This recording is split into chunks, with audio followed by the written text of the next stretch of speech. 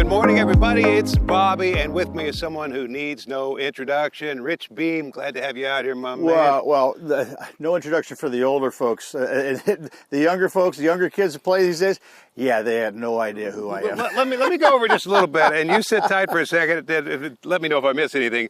Winner of the Kemper Open, winner at Castle Pines, also a major champion, 2002 PGA champion.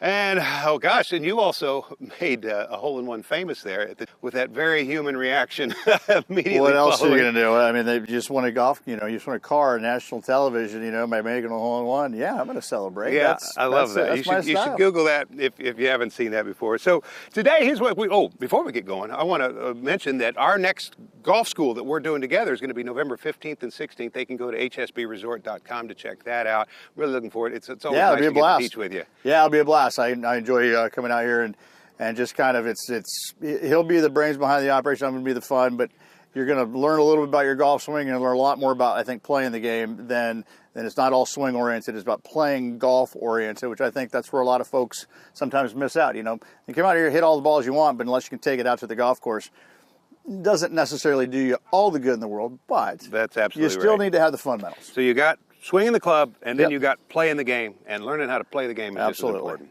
Yep. So today we're talking about pitching, and I have taught 82 people this week in pitching clinics. I've had a series of clinics. 82 people have gone through here aimed at this green. And now they are all perfectionists. They are all 82 people now have perfected chipping. The smiles you see on these faces as you walk by, that's the people who've been to the pitching clinic. Well, wonderful. I'll tell you what, we've got 3 different flags out here for you, Rich. Now, just so you know, the one on our left is 40 yards. The one on the right is 46, and the one back there is 48. Now, here's what I want you to do. I'd like you to just kind of... You think I can distinguish between 46 and 48? Golly, so let's make it clear. I just want you to get close to that hole, and that hole by whatever the yardage is. And then what I'd like to do is you just kind of hit one after the other, and I'm going to talk through it as you go and point out some of the characteristics of your motion that I truly admire and I think would be helpful for others. Not a problem. That looks pretty nice. The first thing that leaps to mind as I watch you is that smooth glide to a finish. Now, that was beautiful. 40 yards. Let's go over to the one on the right now. It's a little bit longer. Good. Yes, it is. Make a little small adjustment there. Oh, I see what you got. That's nice. Just Let's go to the far one. Adjustment. Yeah, now someone watching you wouldn't be able to discern the difference between those two swings, but know, obviously it's enough to register on your senses. Yeah, most definitely. It's the small things. Again, been doing this for a long time, and I kind of, you see the shot that you want to hit, and for me, I just kind of feel it in there more than anything else, and it's just, for me, it's ingrained. But I also understand the nuances when amateurs are out here, because they could hit all these pitches in the world right here, but taking them out to the golf course becomes a little bit more different. And I want to talk about that. Let's go through another round of 3, because I love watching you play, and I think a person can really learn a lot by simply watching you go here. These are all very interesting yardages, too. Oh, yeah, they're not easy.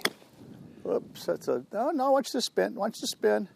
Ooh, it came off the hill. Excellent. Let's go to the spin, second one. I'll give you a passing grade for that one. It's not. These are not the easiest yardages to kind of dial in, but Rich, obviously your fundamentals are strong, but I think the bigger deal is just how much time you've spent developing the touch for these shots. Yeah, and that's just it. It's kind of getting out here and practice. I think the funny thing about golf these days too is that the statisticians will tell the professionals, get as close as you possibly can all the time. Don't leave yourself 105 if you can get it into, 47 yards, because they say that your scoring opportunities are going to be a whole lot better from this yardage.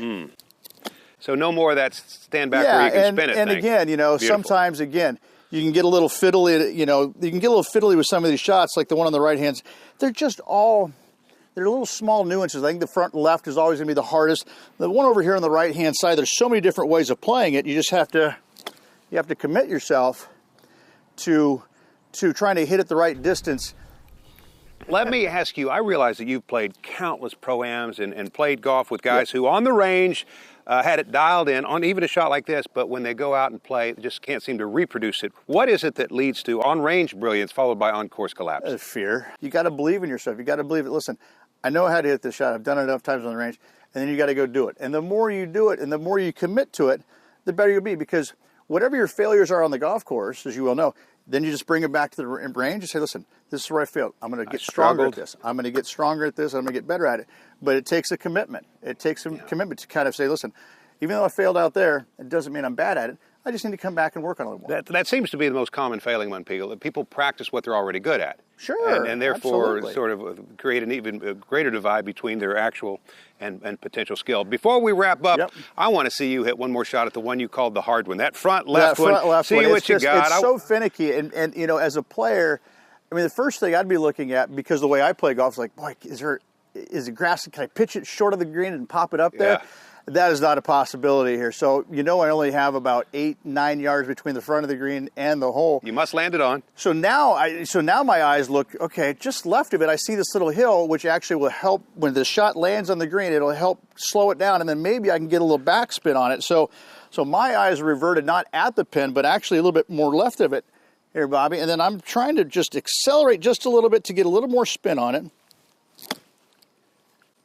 I didn't hit it quite high up on the hill that I wanted to. Let's do that one more time. I'm just trying to land this thing just left of it. I just want a little more spin on this thing. It gets up. It gets up. See, that came up shy. But here's the thing about it. That's what makes it finicky. You know, I'm trying to put so much spin on it. Now, if I wanted to, I could also say, listen, I'm going to go ahead and just open this blade up. I'm going to take a longer swing, a little bit lazier, and go up with it, right? Zip. But here's the thing. That's not my comfort level. But again, it's, you know, being out here at Horseshoe Bay and the facilities that we have at all the golf courses, it's amazing. And this new facility here is great, but I could sit here all day at these 3 pins, and like even that back one, like how close can I land it to that front edge and then get it to chase all the way back there? So more of a chitch. More of a chitch. See, I can see that shot 8 days a week. The one going like this, I decel a lot. I don't trust myself to go underneath it because I don't want it going 30 yards over the green. Again, I just haven't taken it to the golf course enough times in my career, so why am I going to try and do it now?